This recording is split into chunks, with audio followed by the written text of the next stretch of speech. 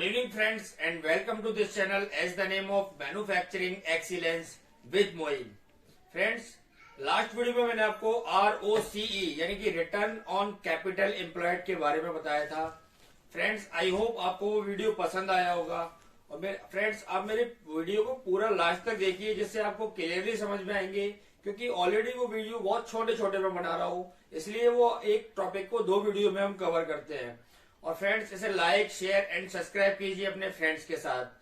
तो फ्रेंड्स, आज मैं आपको बताने जा रहा हूँ 3G के बारे में। 3G एक बहुत इंपॉर्टेंट मैट्रिक्स या बहुत इंपॉर्टेंट रेशो है जो कि हमारी बॉटलनेक को डिस्ट्रॉय करने के लिए लीन मैन्युफैक्चरिंग का एक बहुत इंपॉर्टेंट पार्ट होता है। एक्चुअली में 3G एक जापानीज कॉन्सेप्ट है जो हमें अपने लीन मैन्युफैक्चरिंग में जो भी रिस्ट्रिक्शंस है, जो भी बॉटलनेक आ रहा है, जो भी इश्यूज आ रहे हैं, उनको दूर करने के लिए हमें 3G एक कॉन्सेप्ट दिया गया है। तो फ्रेंड्स, बहुत प्रैक्टिकल लैंग्वेज में समझते हैं क्या होता है 3G। Let's see. तो फ्रेंड्स, आज का मेरा टॉपिक है 3G। इसका पर्पस होता है आइडेंटिफाई एंड एलिमिनेट बॉटलनेक। इससे हम अपनी बॉटलनेक को दूर करते हैं और अपनी लाइन को, अपनी मैन्युफैक्चरिंग यूनिट को स्ट्रीमलाइन करते हैं। तो फ्रेंड, 3G का मतलब, इसका हर एक मीनिंग एक G से शुरू होता है, इसको इसलिए 3G बोलते हैं। तो इसमें पहला G होता है गेम्बा, दूसरा G होता है गेनबुत्सु एंड थर्ड G होता है गेनजित्सु। तो फ्रेंड, जो पहला G है गेम्बा, जिसका मतलब होता है द स्पॉट यानी कि शॉप फ्लोर। ये एक्चुअली में जो वर्क मैनेजर होते हैं, जो शॉप फ्लोर मैनेजर्स होते हैं, या उनकी जो CFT टीम भी हो सकती है जो कि वो किसी भी डिपार्टमेंट से लेके बना सकते हैं। तो फ्रेंड्स, एक्चुअली में हमारी प्रोडक्शन या मैन्युफैक्चरिंग यूनिट में किसी भी स्पॉट पे कोई प्रॉब्लम आ रही है या हमें किसी को हमारा कहीं वेस्टेज हो रही है, तो हम क्या करते हैं 3G कॉन्सेप्ट को यूज करते हैं, जिसमें गेम्बा हमें बताता है कि द स्पॉट यानी कि शॉप फ्लोर पर जाइए, go to shop floor. Actually में मैन्युफैक्चरिंग यूनिट्स जो होती है उनमें एक्चुअल में सारी प्रॉब्लम्स या मशीनरी से रिलेटेड या प्रोडक्ट से रिलेटेड वो जनरली हर जगह पे शॉप फ्लोर पे होती है। तो गेम्बा को शॉप फ्लोर इसीलिए बोलते हैं। तो हमें पहला केस ये बताता है कि द स्पॉट, जब भी हमें कोई आइडेंटिफाई करनी होती है प्रॉब्लम, तो हम पहले पूरी टीम को लेके स्पॉट पे जाएंगे यानी कि शॉप फ्लोर पे जाएंगे। फिर हमें दूसरा जी बताता है गेमबुत्सु, जिसका मतलब होता है इंग्लिश में द प्रोडक्ट्स।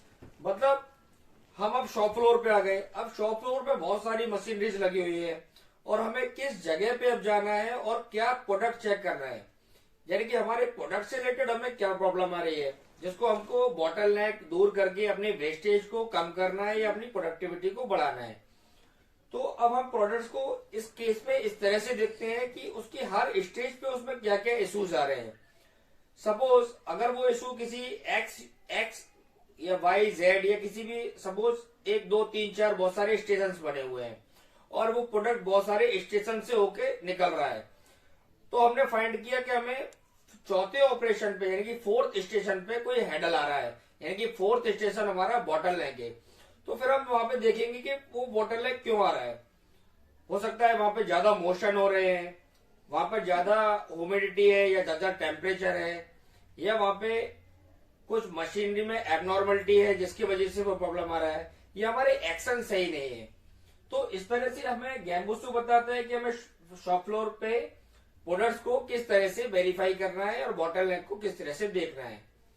फिर तीसरा जी आता है जिसका नाम है गेनजित्सु, जिसका मतलब होता है द फैक्ट्स। अब हम शॉप फ्लोर पे आ गए, अपने प्रोडक्ट को हमने आइडेंटिफाई कर लिया कि उस प्रोडक्ट में क्या प्रॉब्लम है, प्रोडक्ट में हमें किस जगह पे प्रॉब्लम आ रही है। फिर हम उसमें बहुत सारी प्रॉब्लम्स हमें मिलती हैं, तो फिर हम एक्चुअल फैक्ट्स पे जाते हैं। इसका हम सबसे बड़ा एग्जांपल देख सकते हैं, जैसे कि हमारा कहीं क्राइम हो जाता है या किसी भी कोई FIR होती है या कभी कहीं चोरी की घटना हो गई, कहीं क्राइम हो गया, मर्डर हो गया, तो हमारी जो पुलिस होती है वो कभी भी अपने केबिन से या अपने डिपार्टमेंट से बैठ के कभी भी कोई डिसीजन नहीं लेती।